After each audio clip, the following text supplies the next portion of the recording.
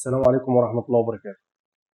جهازك راماته 16، عليتها ل 32 جيجا، وبعد ما عليت الرامات ل 32 جيجا الأداء بتاع جهازك قل.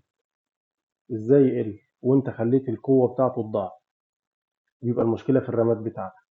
بمعنى الباص لازم يكون واحد، يعني الباص الأول مثلا مفيش رامة جنبي، المهم الباص الأول لازم يكون نفس الباص بتاع الرام التاني، يعني 12800 يبقى 12800 في الرام التاني، دي درام 2 يبقى دي درام 2، دي درام 3 دي درام 3، 4 5 نفس القصه، البي سي ال كله لازم نفس الباص، نفس المسمى، نفس الرقم. في واحد حزلوك كده يقول لك ايه، يا عم انا مركب 10 600 على 12 800 على واحد 3 تلاتات وكله شغال عادي، هتعمل لك مشاكل وكونفليكتات في التعريفات والجرافيك. جرب تشغل فيلم بلوراي مثلا، او تشغل لعبه فيها جرافيك عالي، او تشغل برنامج مونتاج عالي، هتلاقي الدنيا باظت معاك، وفجأة شاشة زرقاء، فجأة ممكن البنك نفسه او السلوت بتاع الرامات يتحرق، ممكن الرامة نفسها تتحرق، ممكن تبوظ لك الشباية نفسها بتاع بنك الرامات، او السلوت نفسه بتاع بنك الرامات. تمام كده. ايه تاني اقدر اقوله لك في حوار الرامات؟ في اجهزة بيركب فيها رامات دي درام 2 مع دي درام 3، اللي هي الدوال رام وكده.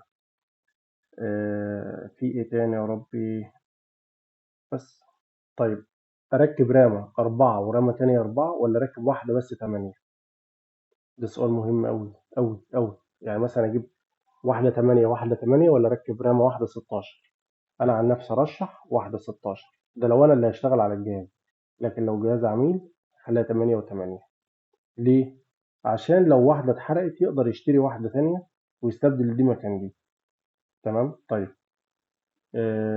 طب اشمعنى انت نفس القصه؟ لا، انا بالنسبه لي بحب 16 عشان اجيب جنبها 16، انما العميل اخره 4 و4 حلو قوي رضا، 8 و8 ده انت كده بتطير وشغال في وكاله ناس.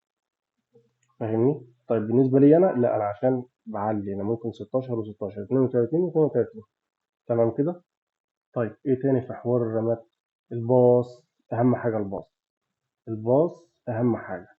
ركبت الرامات، ادخل بعد ما يفتح معاك سطح مكتب، كليك يمين بروبرتيز وشوف قاري معاك ولا لا. القايمة دي نفسها لو في مشكلة حصلت بسبب الرامات هتلاقي الجهاز راستر معاك، تعرف ان الرامة اللي انت ركبتها فيها مشكلة. طب اركب الرامات فين؟ البنك الاسود ولا البنك الابيض؟ دي قصة وحوار، وتفرق ما بين الرامات اللي هي كينج ستون اللي بتركب مع اي جهاز ومع اي باص، وبتفرق بين الرامات اللي هي نازلة تبع الشركة، سواء مثلا اتش بي، مش عارف إيه سامسونج، الحاجات دي. تمام. طيب، في رامة ممكن تركبها في البنك الاسود، الجهاز يشتغل معاك زي الفل وما يجيبلكش اف واحد، الرسالة اللي في الترحيب اللي من بره اف واحد. طيب، بيكون العيب ان انت مركبها في البنك الابيض، فتشيل وتركب في البنك الاسود يفتح معاك على طول من غير ما تضغط على اف واحد. طيب في ايه تاني؟ مثلا ركبتها في البنك الاسود وبرضه بيجيب لي اف واحد، اعمل ايه؟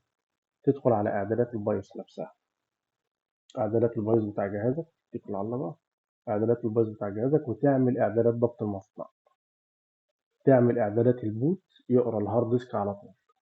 لو جهاز جيجا بايت والحاجات القديمه بتاع الجي 41 والجي 31 والشغل بتاع زمان ده، ادخل اعمل هتلاقي فيه يقول كيبورد وقول ايرور ومش عارف ايه كده، خليها نون اخر واحده، اللي هو يعني انت انا مش عايز اي تنبيهات.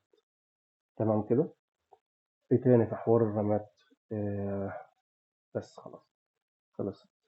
اختار الرامه اللي فيها، اللي هي هكلمك تحت السلم يعني، اللي فيها الشبايات في الجنبين ولا جنب واحد. دي معلومة هتبقى هبد مني لأن أنا مش متأكد منها، بس خد اللي فيها في الرمل، يعني في الجنبين هنا وهنا، ما تاخدش القرعة. واخد بالك كده؟ طيب، هل المعلومة دي أنا متأكد منها؟ لا، أنا اتعلمتها من اللي قبلي.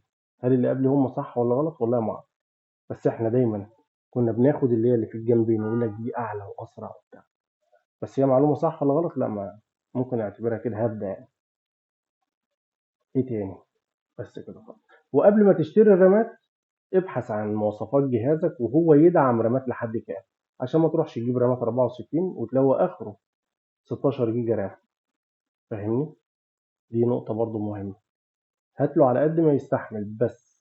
طيب نقطة تاني، يستحسن ما دام هتركب رامات 4 و4، ما ينفعش تركب له 4 و16. هو ينفع ولكن ممكن يعمل مشاكل معاك. يعني الصح تخليها 16 و16، 4 و4، 8 و8. ما ينفعش 4 و2 و1 يعني الهرية دي ما تنفعش. ايه تاني؟ كان في حاجة عايز اقولها لك. يا مسهل الحال هاتها. ما انا ما بعملش سكريبتات، اعمل لك ايه؟ طيب انا بحاول اكب لك اللي عندي كله. استنى هدي لك حتة نعمل ايقاف واكملها لك. نكمل يا باشا. في أجهزة وخصوصا الأجهزة العالية، يبقى حاول تركب الرامات لو رامة واحدة بس أو اتنين ركبهم في الأبيض، ما تركبش في الأسود. تمام كده هتظبط معاك برضه، وهتحل لك المشاكل اللي هي بتظهر في بداية الإقلاع. بس كده أنا 6 دقايق رضا أوي، لأن أنا لو كملت في السبعة هتلاقي هبد كتير طلع مني وهتبقى فضايح. يلا سلام عليكم ورحمة الله وبركاته. استحملونا معلش.